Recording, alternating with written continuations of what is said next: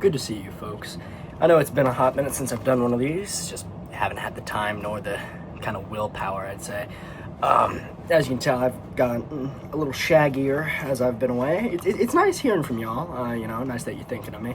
I think it was a coworker of mine made like little coasters of me in their woodshop class, because I do that same thumbs up thing with everyone. Just having some dinner while I do this. Frankly, there's so much I could talk about. There's a lot of options. Obviously New York City ended in a victory for Mamdani. I will admit, I had oh God, where did I put it? Let me see if I can find it real quick. I had a self-indulgent moment where I was like, hey, you know what? I got a few extra pennies to throw around. Why don't I get something nice for myself? Which is how all stories start, and then inevitably they end up spiraling out of control from there. And here she is. So I did buy a little something. I'll let you savor that for a moment. But irregardless, congratulations to Assemblyman Mamdani on his successful election in New York City, and congratulations to your visit with Donnie. That was interesting to watch. I don't know if many of you actually did pay attention to that, but it was something. I'll give it that. In other news, in this past month, we passed the 60th anniversary of Henry Wallace's passing. God bless his soul. I had half a mind to drive down to Des Moines for it. It's a 7-hour drive both ways, and I've got to catch a flight, and I don't want to waste money on gas. So some other time I'm going to stop in Des Moines. Probably when I drive back for Christmas, I'll stop by and pay my respects. Beyond that, what's the big news these days? Ohio governor's race, right? That's the big thing. Obviously, Tim Ryan has stated that he will not be running. Now, outside of the fact that the Delaware Board of Elections, you fucking suck at getting me my ballot on time? Seriously? How? How does it arrive 15 days late? I'm not mad, I'm just wondering why. Anyhow, apparently they had a network error or something. Whatever you say. Which leaves Amy Acton as the presumptive Democratic nominee. Now, I will say her polling results have been pretty good. I don't think it's impossible for her to win. I think it's going to be tougher. However, we do have the benefit of the Republican nominee having been coronated 18 months in advance, that being Vivek Ramaswamy, who I have feelings about him, as I do most politicians. My trouble with him is he's a con man. He is a Class A con man. Personally, out of the Republican ballot, because Ohio's going to end up with a Republican governor. This is how it always goes. But frankly, I would have preferred to see Husted or Tressel in that role, because Husted would have been useless, and at least Tressel would have been cool. Oh, look, a football coach. But, imagine some big-headed football coaches at the high schools would exist after that.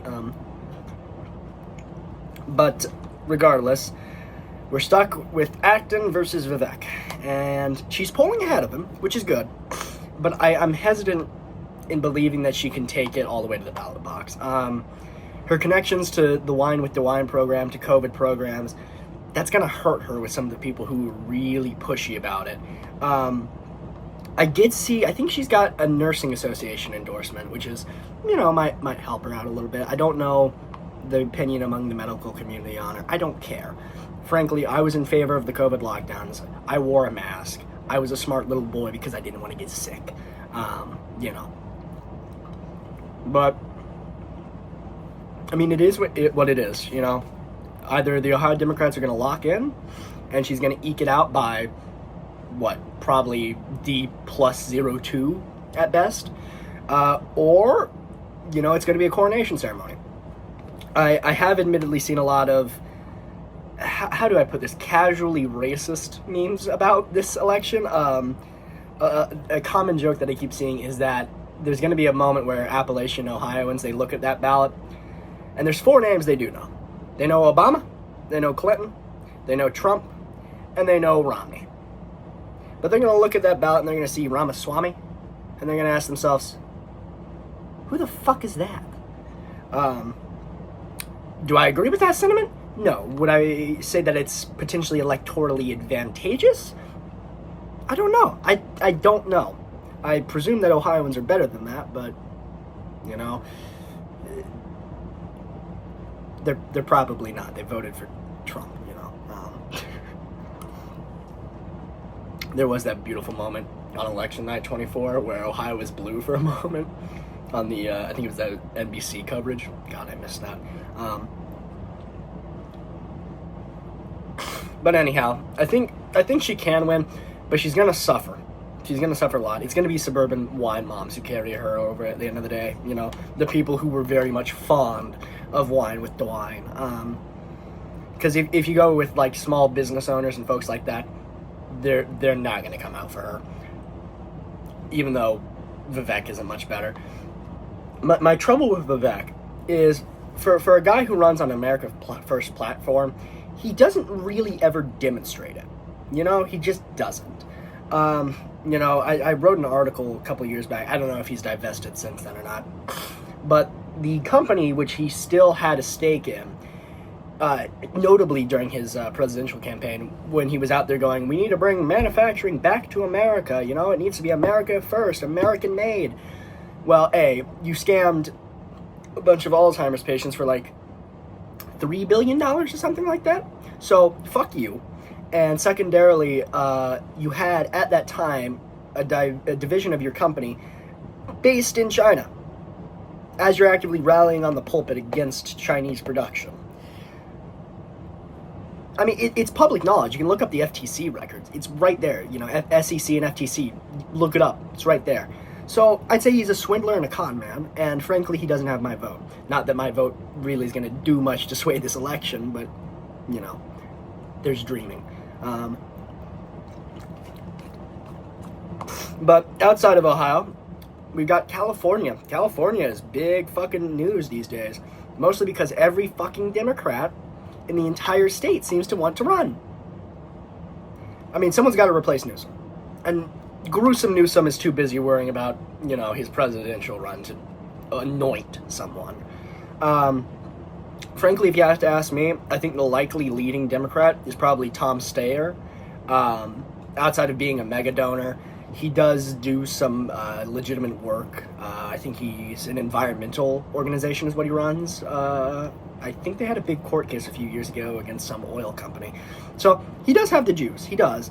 I just question if this jungle primary is going to sink him or not. A Republican's not going to win California. I mean, not in this environment. I mean, it's bad. The latest polling, even from some Republican pulpits, have white Americans favoring Democrats as much as +4, which, for context, is way higher than Harris. And if it reaches, if it reaches +8, Dan Osborne probably wins Nebraska. The Dems probably flip the House by 1 seat. And, oh yeah, an electoral college landslide. Frankly, I think the 6-year itch is going to be brutal for Trump too, even though it's kind of already set in. But, you know, I don't think Donnie Boy has much longer left in him.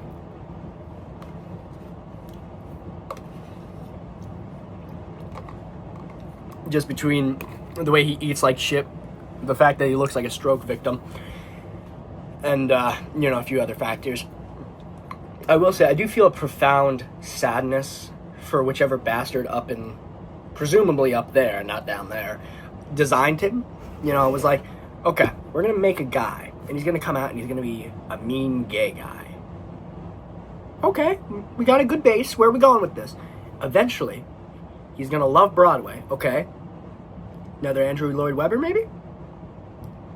And he's going to love fashion, and he's going to have a TV show. So he's going to end up as a RuPaul host? Nope. He's going to end up as the fucking President of the United States of America with connections to Jeffrey Epstein. Because, of course, which, hey, you know, we'll see. I mean, Marjorie Taylor Greene is resigning just after the midterm, or just after the turn of the year, not the midterms, Jesus. I'm excited for the midterms, if you can tell. She's retiring January 5th, 2026, which gives her the benefit she'll be able to pull from her senatorial, I can't remember if representative. Basically, there's a congressional, pension she can pull from after a certain amount of time. It would enact January 3rd, 2026, so by waiting those extra 2 days, she makes sure that she has that pension, which is, gotta give it to her for all of her batshit insanity. Good play. I respect that. Look, I love a pension plan. You know, I got Opers. Love it. God, I forgot how good Dr. Pepper is. It always tastes better in the bottle, though. Like, I don't know what it is lately. Like, fountain Dr. Pepper doesn't taste right. Unlike, you know, fountain Sprite, which is great. But again, so she resigned because, and it's admittedly very funny, she runs because she's a conspiracy nut, right? She wants to find all of these shadowy conspiracies in government. And then eventually she comes to the slow, alarming realization that she is in the party defending the shadow cabal that happens to just be a bunch of pedophiles. So, congrats, Marjorie, for realizing that, like a decade too late? But, congrats, you know, I hope life treats you well, and, regardless, so, potentially, it could, I think it could drop down to a 1-seat, difference in the House, is what I'm hearing. Again, don't know how valid any of those claims are. Other than that, I don't know. I mean, oh, there's the Bill Clinton shit. Oh my God. Oh, okay. I got two things I want to cover. One, Bubba. So, I don't know what you think. I don't know what all y'all are thinking, but the idea of Trump blowing Bill Clinton is pretty fucking funny. Like, come on. All presidents have, like, slightly homosexual tendencies. This is something that I've noticed, right? H.W. Bush. I mean, you could go back to Reagan, but you could go back further than that. Hell, you could go back to FDR. You know, his wife was regularly enjoying, how to say, getaways with fellow ladies of the night. But, you know, if we skip to modern history, we've got H.W. Bush with his slip-up, you know, which was, I think it was, we've had a lot of great something. I can't remember what the exact word, but he fumbled it, and he basically said, we've had a lot of great sex on national TV. You know, you got Dan Quayle. Come on, that guy, I don't even have to explain that one. Then you get to Bill Clinton. Sex addict, literal sex addict. Al Gore. You know, I don't think the American people appreciated him quite how they should have. Because low-key, he's a sleeper. I think he was kind of slept on. But him and Tipper got up to some stuff. So, I mean, but then you put him and Tipper together with Bill Clinton and Hillary. I'm seeing some gears. I'm seeing some potential. Don't really have anything for Obama or Bush, for that matter. Those two are fairly bog standard. So maybe, you know, exceptions to the rules. And then you get to Donny Boy. He's like, he would be a perfect RuPaul judge. Oh my, could you imagine him? Could you, for a beautiful moment, imagine that man judging someone in one of those shows? It's tacky. Seen it before. Tacky. Like, oh, God, he'd have been so good. But no, he had to become the closest thing to a modern Charles Lindbergh. Yeah, so honestly, I wouldn't put it past Trump to have blown Bubba. Mark Epstein, Jeffrey's brother, does deny, however, that it was Clinton. However, it's worth noting that Maxwell apparently owned a horse named Bubba. So, frankly, I think it's a more comforting thought that he blew Clinton than a horse. But, you know, again, to each their own. beyond that, the Kennedy curse seemed to strike again. Excuse me. So yesterday was Bobby Kennedy's 100th birthday. God rest his soul. Today is actually the, I think, 62nd or 63rd anniversary of I have the newspaper on my wall, so I'm looking over at that poor old Kennedy getting his melon popped. So it's a rough 2-day run for the Kennedys. But one of Carolyn Kennedy's daughters, whose name I can't remember off the top of my head, has unfortunately, I think she's only 25, has been unfortunately diagnosed with a terminal cancer. So the Kennedy curse, again, it always comes around. But in other news, there is Jack Schlossberg running for New York 12, I believe that is. So maybe we'll have a Kennedy in office again, who isn't Bobby Jr. And I don't know if you read the Post or any other news site that tells us about his escapades with Olivia Nuzzi. I think it is Olivia Nuzzi. Excuse me, Jesus Christ. But, you know, the brain worm did a lot more damage than to his brain. I think it kind of anyone who comes in contact with him it kind of rubs off a little bit, because wow, that article was something. But again, outside of that, I don't really have anything else to talk about. I'm hoping everyone's doing well out there. It's been a crazy, crazy year. God be with y'all, and I hope you're doing okay. And remember, at the end of the day, the most powerful tool any person has, be it you or me, is compassion. So don't forget it. Use it wisely, use it sparingly, but be smart enough to know how to use it. It needs deployed a little more often than it is. But again, you gotta pick who's really deserving of it, because some people do deserve a little more compassion. Other people, you can't help them. You can't help them. So, been a pleasure talking with you folks tonight. I hope that you don't mind that this isn't like a regular thing, but it's good to just ramble for 20 minutes. I've been a while. One of these days I'll get back to recording the audiobook for American Dream. I actually think I have the chapter 2 audio, I just haven't uploaded it, or maybe it's the chapter 3 audio. I can't remember. It's been a long time. But if you need anything, reach out to me. You know where to find me. So again, God bless y'all, and remember, compassion conquers.